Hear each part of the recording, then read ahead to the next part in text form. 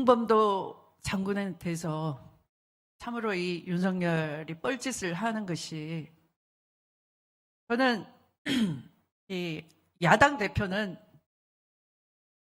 당연직으로 4강 외교 중에 러시아를 담당하게 돼 있어요. 러시아와 독립국가 연합의 그 한러 친선 외교 협의회 회장이에요. 그래서 이 중앙아시아 여러 나라까지 다 갔어요. 일본이 우리를 화이트리스트에서 제거를 하고 이 수출 통제를 할 때 우즈베키스탄 대사가 만나자는 연락이 왔어요. 제가 만났어요. 이분이 자기소개를 하는 겁니다. 홍범도 장군의 가족처럼 일제가 토지조사 사업을 하니까 다 땅을 뺏겼어요. 농토가 없잖아요. 그러니까 여기 땅은 일본 놈들이 차지하고 우리 조상들은 만주로, 연해주로 땅을 찾아 떠났지요. 거기서 또 러시아에서 이제 소련이 중앙아시아 개발이 필요하니까 제일 부지런한 우리 조선족을 강제 이주를 시켰어요. 그 후손이 바로 우즈베키스탄 대사가 됐던 거예요. 그분이 아마 우즈베키스탄에서는 권력 서열 몇 위 안에 들어가는 분이었던 모양이에요. 그래서 자기의 백그라운드를 설명을 하시면서 저보고 힘내라고. 일본이 한국을 괴롭히면은 우리가 있지 않습니까? 같은 피가 우리가 있지 않습니까? 우리나라 자원, 광물 자원 마음대로 갖다 쓰세요. 우리 한국 자동차 많이 팔아줄게요. 그리고 우즈베키스탄 한번 오세요. 저를 초청해줘서 갔더니 우즈벡에 그냥 도로에 전부 우리나라가 판 자동차들이에요.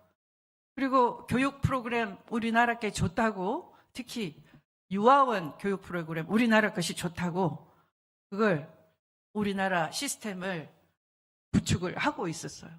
그리고 거기에 교육부 장관이 역시 고려인 여성이 교육부 장관을 하고 있었어요. 제가 참 가슴 뭉클하고 뿌듯했어요. 홍범도 장군, 카자흐스탄, 기질 오르다에 잘 계신 분 여기다 모셔다 놓고 이렇게 부관 참시하고 박해를 하면 중앙아시아에 있는 나라 잃고 가 있는 그 후손들이 우리를 이렇게 찬밥덩어리 취급했구나 다 돌아서는 거예요. 우리 어디로 갑니까? 응? 한미일의 그 용병 역할을 하면 윤석열 대통령은 맨 앞에 서서 국격이 높아졌다, 신난다 이렇게 얘기하는데, 그렇게 한미일에 핵오염수 먹어가면서 맨 앞에 있으면 누가 우리를 보호해 줍니까? 지금 놓치고 있는 게 너무 많은 거죠. 그걸 생각하면 참 가슴이 아픈 거죠. 마지막으로 이 김대중 대통령은 핵 위협이 있을 때 지팡이를 짚고 전국을 다니셨어요. 제가 지금 그런 마음이에요. 그냥 단순히 후쿠시마 핵 오염수가 방류된다, 생선 큰일 났다, 바다 생태계 망가진다, 이 문제만이 아니에요. 바다 생태계 생존뿐만 아니라 평화 파괴, 안보 위협이 함께 있는 거예요. 그 속에 무슨 상관이냐 이렇게 궁금해 하시겠죠.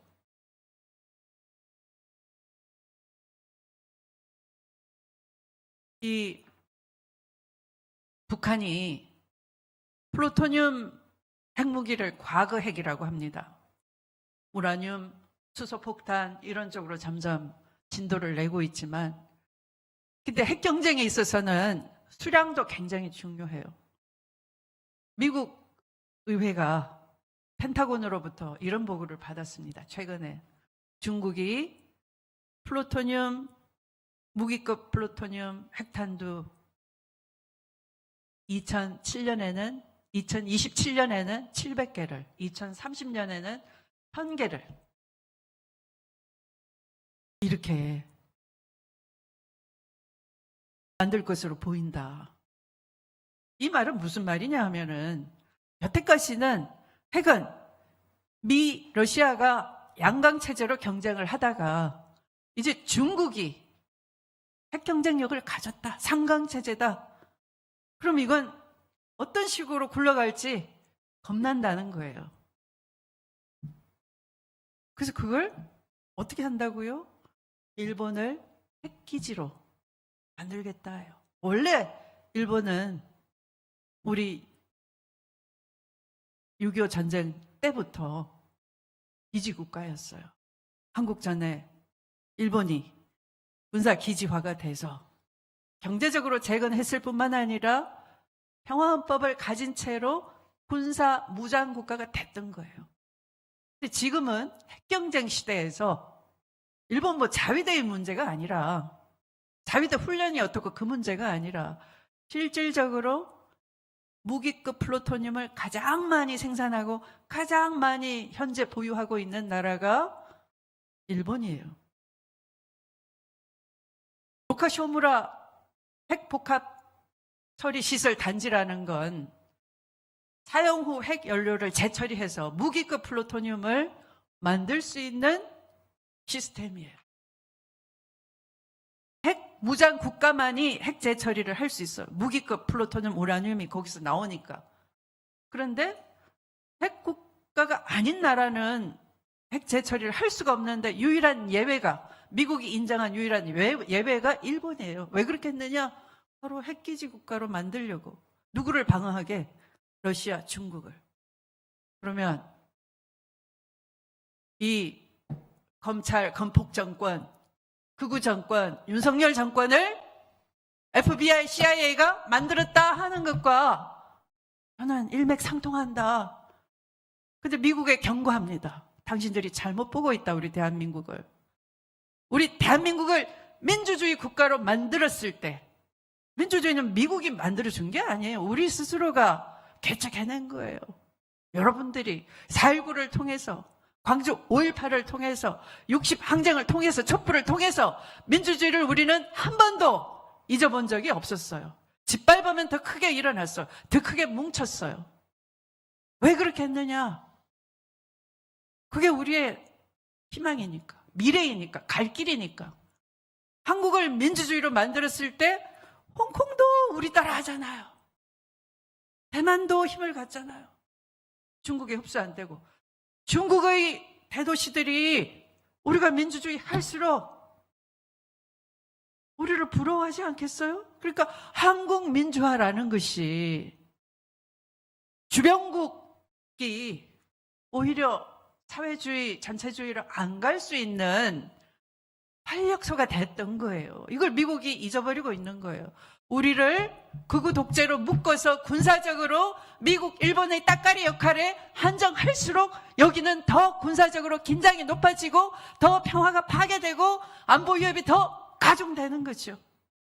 그렇게 해서 러시아하고 중국하고 이 하약고에서 싸움이 일어나면 누구 손해예요? 가장 첫째는 우리 손해. 그게 미국의 전략적 실패인 거죠. 그걸 끊임없이 설득했던 분이 누구라고요?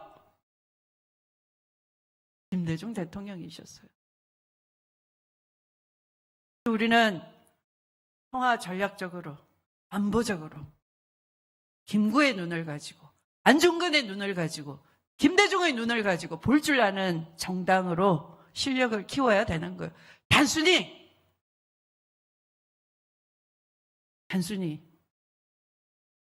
이 좁은 식견에 매몰돼서 있으면 안 되는 거죠. 그래서 그런 멀리 내다보고 이 응집력을 키워가는 군산이 이 정북이 돼주시고 그 중에서도 혁신이 여러분들이 돼주셨으면 좋겠습니다.